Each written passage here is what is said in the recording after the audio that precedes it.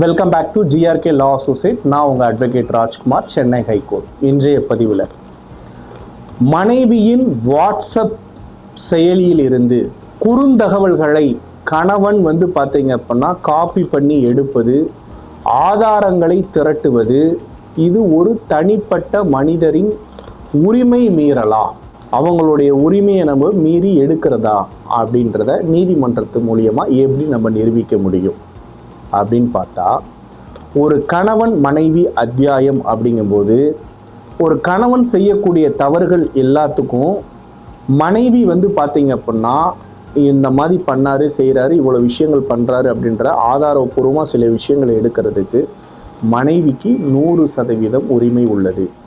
அதே போல் ஒரு மனைவி தன் கணவரை விட்டு, புரியுதுங்களா, வேற ஆண் நண்பர்களுடன் ஒரு அசிங்கமாகவோ சேட் பண்ணி அந்த உறவுகளுக்கு மீறியான ரிலேஷன்ஷிப்பில் ஃபோட்டோ அனுப்புறது, வாய்ஸ் மெசேஜ் அனுப்புறது, இது வேறு விதமான தொடர்பு. இது போன்ற தொடர்புகள் உள்ள ஒரு ஆதாரங்களை ஒரு கணவன் எடுத்து வைத்து குடும்ப நீதிமன்றத்தில் ஒப்படைத்து இதன் மூலம் மிக எளிமையாக விவாகரத்து வாங்கலாம். ஏன்னா அது இன்லீகல் கான்டாக்ட் ஆகிடும். ரிலேஷன்ஷிப் அப்படின்றது கணவன் மனைவி அப்படின்றத ரிலேஷன்ஷிப், நல்ல ரிலேஷன்ஷிப்.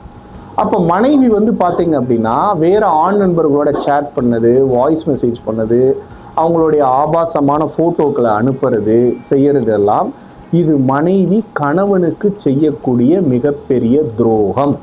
அப்போ கணவனுக்கு உண்மை இல்லாத அந்த மனைவி பார்த்தீங்க அப்படின்னா கணவனுக்கு இழைக்கப்படக்கூடிய மிகப்பெரிய கொடுமை. அப்போ கணவன் அதை மனைவிக்கே தெரியாமல் அந்த வாட்ஸ்அப்பில் இருந்து அந்த ரெக்கார்ட்ஸு அது எல்லாத்தையுமே காப்பி பண்ணி வச்சு ஒரு மனைவிட்ட காட்டும்போது, நீங்கள் எப்படி என் ஃபோனை எடுத்து எனக்கு தெரியாமல் பார்க்கலாம், இது என்னுடைய உரிமையை நீங்கள் மீறின மாதிரி ஆயிடுச்சு, இது தப்புன்னு எந்த மனைவியும் சொல்ல முடியாது, எந்த கணவனும் சொல்ல முடியாது. திருமண பந்தத்தில் இருந்து இவங்க 2 பேரும் ஏதாவது ஒரு தவறுகள் செய்யும் பட்சத்தில் அவங்களுடைய செல்ல வாட்ஸ்அப்பாக இருக்கட்டும், இன்ஸ்டாகிராமாக இருக்கட்டும், ரெண்டாவது பார்த்திங்கன்னா சோசியல் மீடியாவில் இருக்கக்கூடிய தவறுகளை எல்லாத்தையும் ஒரு கணவன் மனைவி செய்யக்கூடிய எல்லாத்தையும் எடுத்து அதை ஆதாரபூர்வமாக மனைவியின் வீட்டுக்கு யாராவது அனுப்பி, அவங்க அம்மாக்கோ அவங்க தம்பிக்கோ அவங்க சொந்தக்காரங்க யாராவது ஒருத்தவங்களுக்கு இந்த மாதிரி இவங்க பண்ணுறாங்க செய்கிறாங்க, இதெல்லாம் பண்ணிட்டு இங்கேருந்து போயிருக்காங்க முதல்ல அப்படின்ற விஷயத்தை தெளிவுபடுத்தியிருக்காங்க. அப்படிங்கும்போது இதை நீதிமன்றத்தில் பார்த்தீங்க அப்படின்னா ஒப்படைக்கும் போது மிக எளிமையாக விவாகரத்து பெறலாம்.